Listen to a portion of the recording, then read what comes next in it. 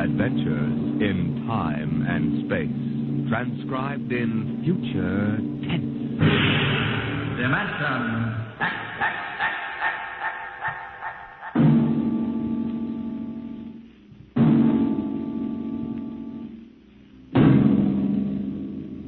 Tonight, a story of the future and a star of the future. The story, Hello Tomorrow, and the star, Miss Nancy Olson, the talented young actress who is currently winning critical acclaim for her performance in one of the outstanding pictures of the year, Sunset Boulevard.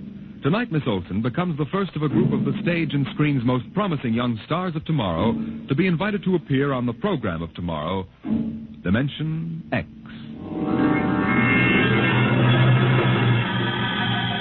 It was in the year 1991 that man disappeared from the face of the earth. The third atomic war had ended at last, leaving the land a mass of red radioactive dust, filling the air with gamma rays so deadly that life on the surface was no longer possible. There was only one way out. The few survivors went underground, burrowing their way deep into the earth like hunted moles, hiding from death in huge underground caverns. And it was there in the next 2,000 years that they built the new civilization, a civilization in which the genetic survival of the race came first, and every life and every law was shaped to serve that end. It is to this civilization, in the year of our Lord 4195 A.D., that we take you now.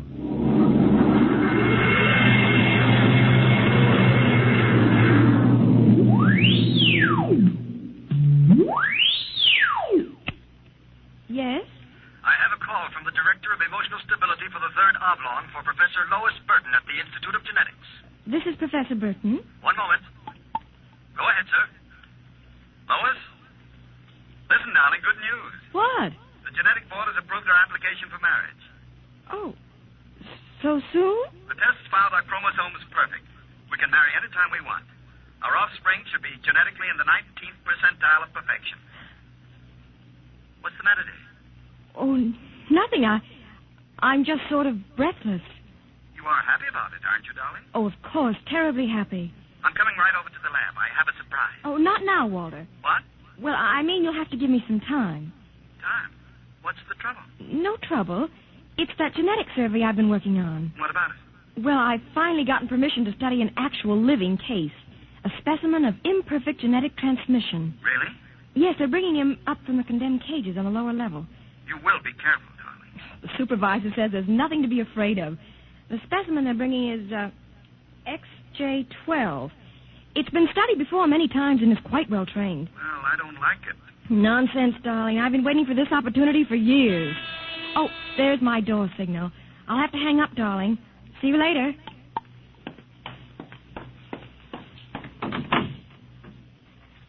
Yes? Professor Lois Burton? Yes?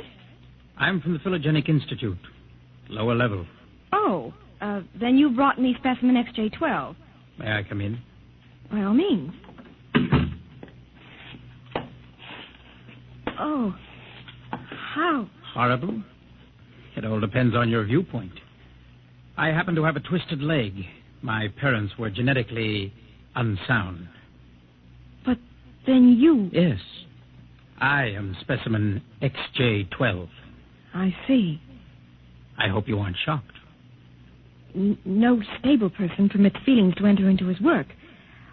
I will admit to surprise. I was expecting something a little more abnormal. Sorry, I try to be as abnormal as possible.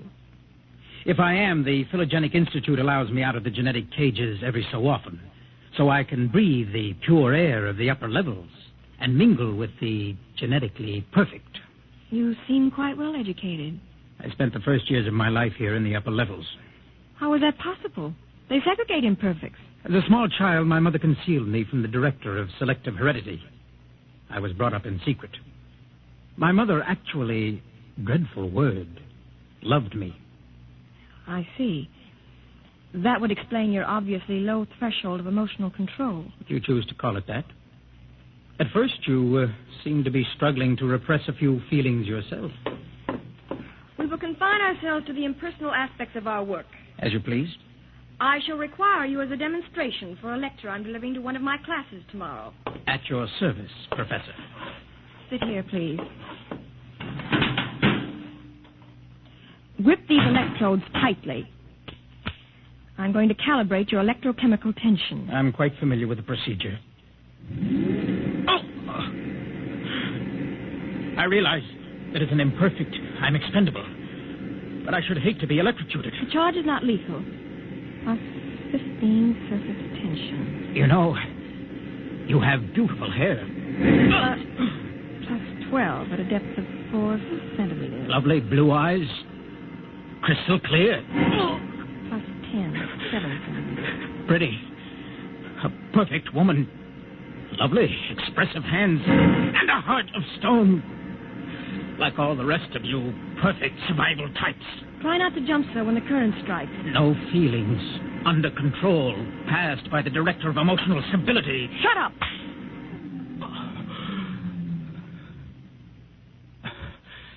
Maybe I was wrong.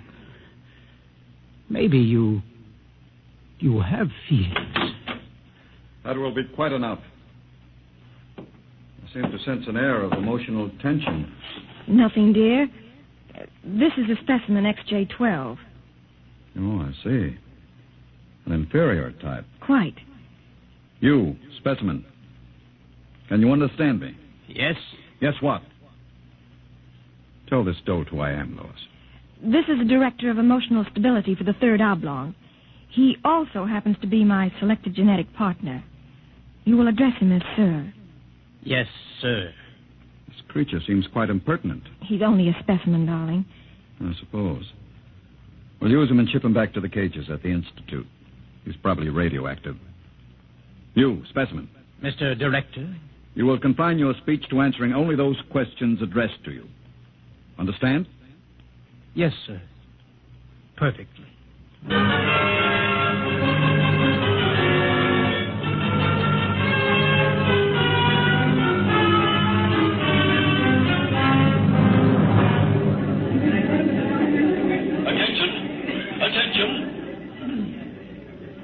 Demonstration will be conducted by Professor Lois Burton of the Institute of Genetics. Her topic, the probability of radioactive damage in the chromosome heredity of imperfect non-survival types. Professor Burton. We are very fortunate today in having obtained a specimen of an imperfect genetic type through the good graces of the Phylogenic Institute. Moreover, this specimen has been trained to tell in his own words about the factors in his upbringing. Specimen XJ12. Thank you. My mother was a psychotechnician in the fifth oblong. My father was a historian specializing in the records of pre-atomic surface culture. In the earthquake of 2170, apparently some hard radiation filtered down through the tunnels and penetrated the fifth oblong. The effect on my hereditary factors is quite apparent in this twisted leg. I appreciate that you do not laugh. Most audiences seem compelled to laugh. Perhaps you are different. If so, perhaps you can be made to understand somehow what it means to be labeled an imperfect. Perhaps in some way I can penetrate the insulation with which the psychotechnicians, the drugs, and the glandular experts have surrounded your emotions. Wait. As director of emotional stability for this oblong, I order you to confine yourself to the subject. My father taught me in the last days before he was executed that every human personality is born with certain inalienable natural rights. The right of free expression, the right to have feelings, and the right to mature, and above all, the right to be different from every other living organism, because every organism is different. I submit to you, distinguished students, that the attempt by this society to abridge these rights is a violation of nature. I say that the imperfects, the mutants, those who are different have as much right to exist and be free as you. I say break open the cages. Free my people. Stop him. Give us back the right to be individuals. Stop him. I say up. Professor Burton, take this specimen back to your laboratory and confine him. Yes, Mr. Director. You, specimen, go quietly, I warn you. I have nothing but contempt for your warnings. I'll have you destroyed for this. The specimen is unstable. He doesn't know what he's saying. Then get him out of here, quickly. He's an affront to our genetic type.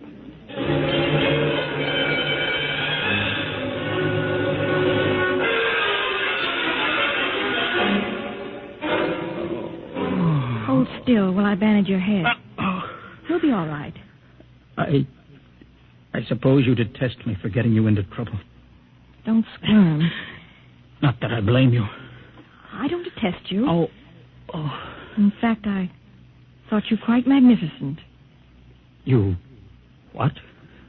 As you spoke, something began to stir in me. You don't hate me? I've never felt so strange. Tell me what you feel. If I moved you, then I must have moved the others, some of them at least. I don't know quite how to explain it. A strange sympathy. Compassion. For some reason, I took pride in what you were doing. Seeing you stand up against them. Why do you look at me like that? Because I can't help it. I wish you wouldn't. You're only an imperfect, you know. You have no rights. Please, XJ12. My name is Oren. Please. Say it. Oren. Oren? Again. Oren. Lois. Oren. Lois, Lois, Lois. What is it? Why do I feel this way? In the cages, they call it love. Love? We have no such concept in the upper levels. You've destroyed it. Would it be correct to say, I feel love for you? It would be correct. I feel love for you. Darling, darling. Lois, what about Walter? You're going to marry him? No. You're genetically suited to each other. I don't care. I won't marry him. There must be some other way. But... Walter. Very touching. Very tender. Walter, how could you spy? In my capacity as Director of Emotional Stability, it is my duty to spy. Specimen XJ12 will be disposed of quite systematically by the state. For the good of the state. For the good of the genetic code. And in the name of emotional stability.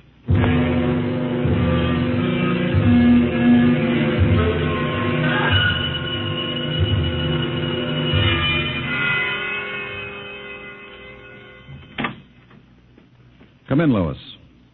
I wondered how long it would be before you came to my office. Walter, I have to talk to you. Go right ahead. Walter, you mustn't destroy him. Send him back to the cages, but don't kill him. You speak of destroying an inferior creature as if it was something unethical. Walter, please, for my sake. Lois, I understand that you've entered a plea for postponement of our marriage at the Records Bureau. Yes, I was too upset to go through with it. It came as a great disappointment to me. If you were married to me, you would be safe from influences such as this XJ12. In which case, I might even be persuaded to send him back to the cages instead of having him destroyed. You see? Yes, I see. Think it over. Well, my dear? When can we be married? Soon. Tomorrow, if you like. The sooner the better. Lois. Lois, you make me very... What about XJ12? Oh, I see. A bargain is a bargain.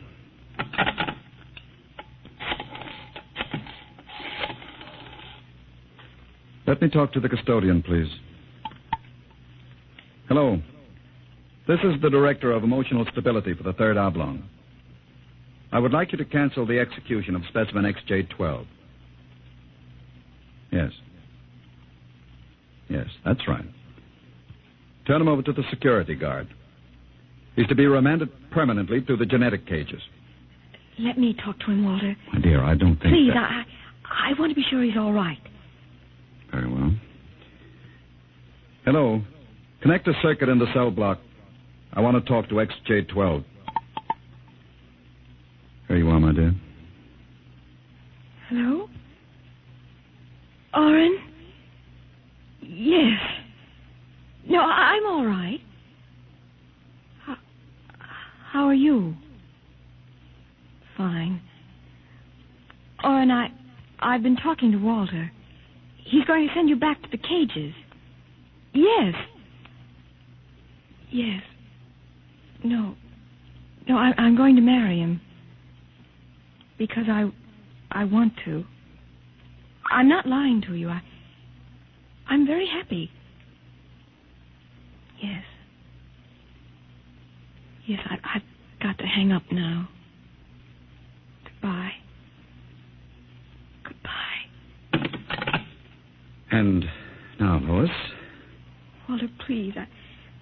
I've got to get back to the lab. Of course. I'll pick you up in, say, an hour, and we'll make plans for the wedding. All right? Yes. Yes, of course.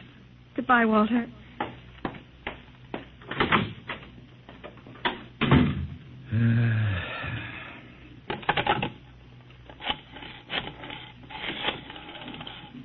Hello. This is the director of emotional stability again. I want you to cancel that last order. Proceed with the execution, but under conditions of absolute secrecy. No. Don't use the lethal chamber. Take him to the tunnels on the upper level. That's correct. Fine.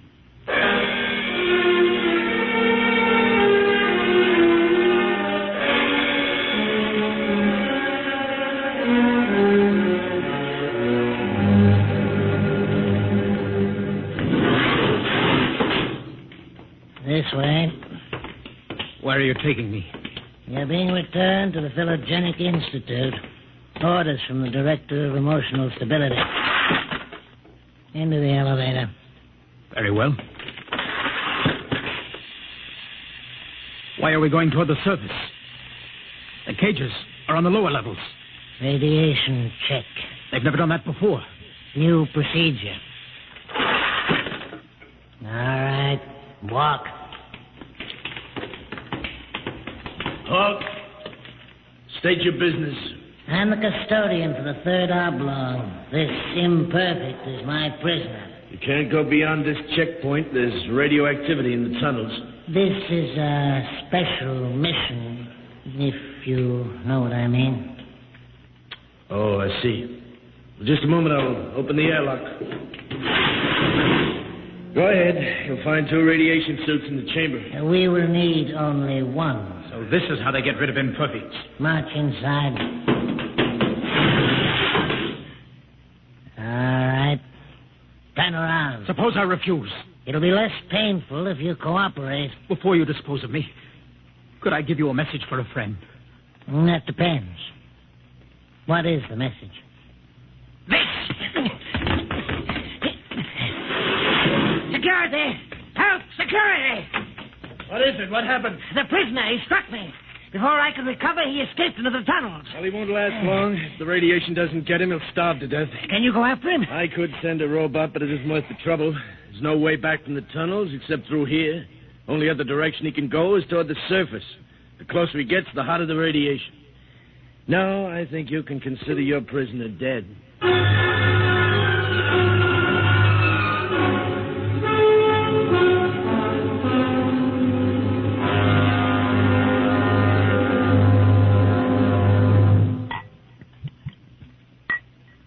More wine, my dear? No, thank you, Walter. You look very beautiful, my dear. Very beautiful. Thank you. These hydroponic fruits are delicious, aren't they? Oh, the wedding will just be a small affair. I've arranged for a few friends. The director of endocrine control, the chief of the security guards, 1 or 2 assistants for high council members. Walter, Yes? was he returned to the cages? Now, why must you spoil this lovely dinner by bringing that up? Was he, Walter? Well... Was he? Well, as a matter of fact, there was a little difficulty. Difficulty? Yes, you see, he escaped. Escaped? He struck a guard and ran off into the tunnels. The tunnels? But that's death. He's free to return any time he chooses. When did it happen? Just a few hours ago, as a matter of fact. Walter, Now, don't become upset again, darling. you planned it, didn't you, Walter? Stability, darling. Stability. Stability. Stability. Is that all I'm to hear from you for the rest of my life? Darling. Here's what I think of stability. Were we not to be married, I'd be compelled to turn you over to the endocrine surgeons for doing that. Well, you can go right ahead, because we aren't going to be married.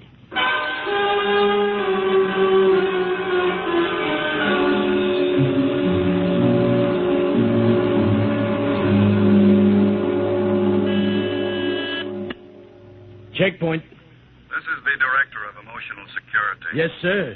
If Professor Burton tries to pass the checkpoint, I want to take it into custody. Well, Professor Burton just passed, sir. She said You that... idiot. But she I said don't that... care what she said. Stop her.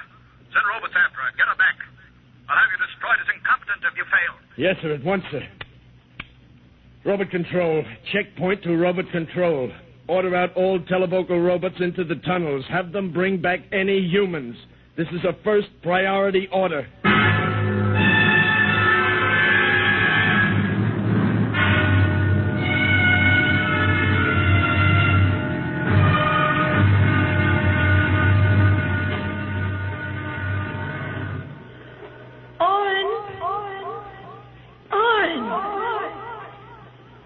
Oren, where are you? Oren. Oren, it's Lois. This way. Behind the rock. Over here. Oh, darling. Lois, why did you come here? It's suicide. I had to. Darling, are you all right? So far. You've got to turn back. Give yourself up. They'll kill me. You can't stay here. The radiation is +4 at this point. It gets worse as you approach the surface. Go back, darling. What will you do? I'm going ahead. But you can't. I can. I'm going to the surface. Not even the robots can survive it. At least I'll be the first human in 1,100 years to see what the surface of the Earth looks like. Come back with me. No, darling. And I'm going with you. Lois. Don't try to stop me, darling. There's nothing to go back to now. Nothing but Walter and emotional stability. Lois, you really want to come with me? Yes. You know what it means. I don't care. Oh, darling, I can't let you go. Oren, I love you. See, I know how to say it now. Say it again. Oren, I love you. Lois, what's that? Sounds... Oh, Oren, it's the robot control. It's looking for us. Come on, we've got to hurry. This way. Hurry.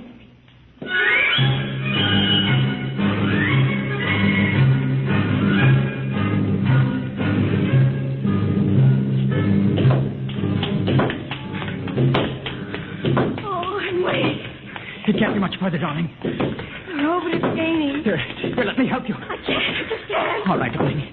We'll stop here. We may as well wait for it. Oh, Oren. It's coming. I can see its light now. Darling, listen. It stopped. The lights are swinging around. Oren, it sees us. Come on, darling. One last effort. Come on, run. Look ahead. You can see the lights reflecting from something. It looks like a door. It is. No, it's a heavy lead door. There's a lever. Hurry. Come on through. Lois, there must be some way to close it. Here. Let me help you. It won't get through that. It's solid lead. Oren, where are we? I don't know. Look. Up there. A huge round light. Lois. Yes, Oren? That's Luna. The moon. We're on the surface. How red everything looks. How it glows. It's the radioactivity. Quiet. Peaceful. Deadly. Oh, darling. Sit here and rest a while. Put your arm around me. Oren, I'm afraid. Oren, we're going to die. Don't think about it. Just think about us alone. The first humans to stand on the surface of Earth in 2,000 years. Lois, that door must have been placed there by the last handful of survivors who went underground after the atomic wars. Those other lights, the small ones, they must be stars. Oren, I'm so tired. Go to sleep, darling. Put your head on my shoulder and sleep. Hold me on. Hold me very close.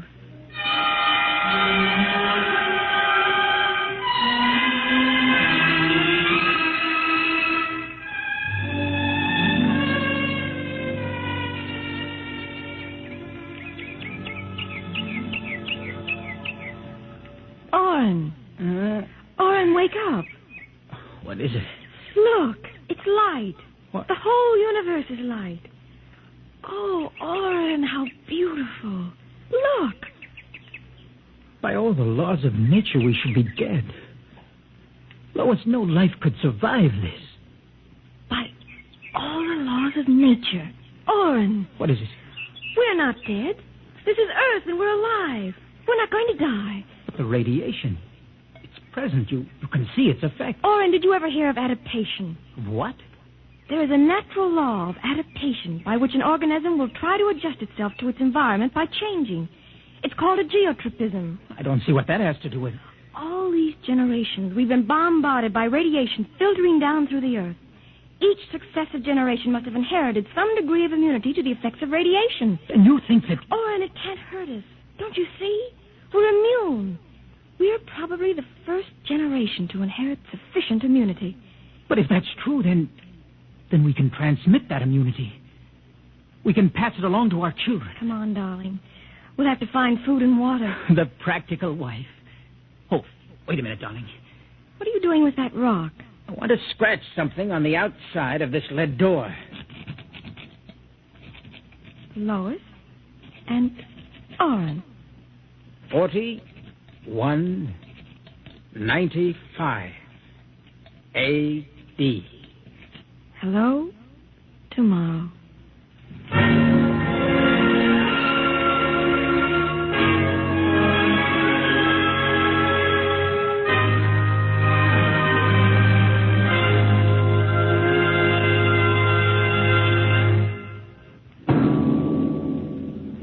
Tonight, Dimension X, the program of the future, has introduced a new star of the future, Miss Nancy Olson. Miss Olson appeared by courtesy of Paramount Pictures and may currently be seen in their production, Sunset Boulevard. Next week on Dimension X, the strange and sinister story of Dr. Grimshaw's Sanitarium. Tonight, Dimension X has transcribed Hello Tomorrow, written by George Lefferts. Appearing with Nancy Olson were Santos Ortega as Walter and Donald Duca as Oren.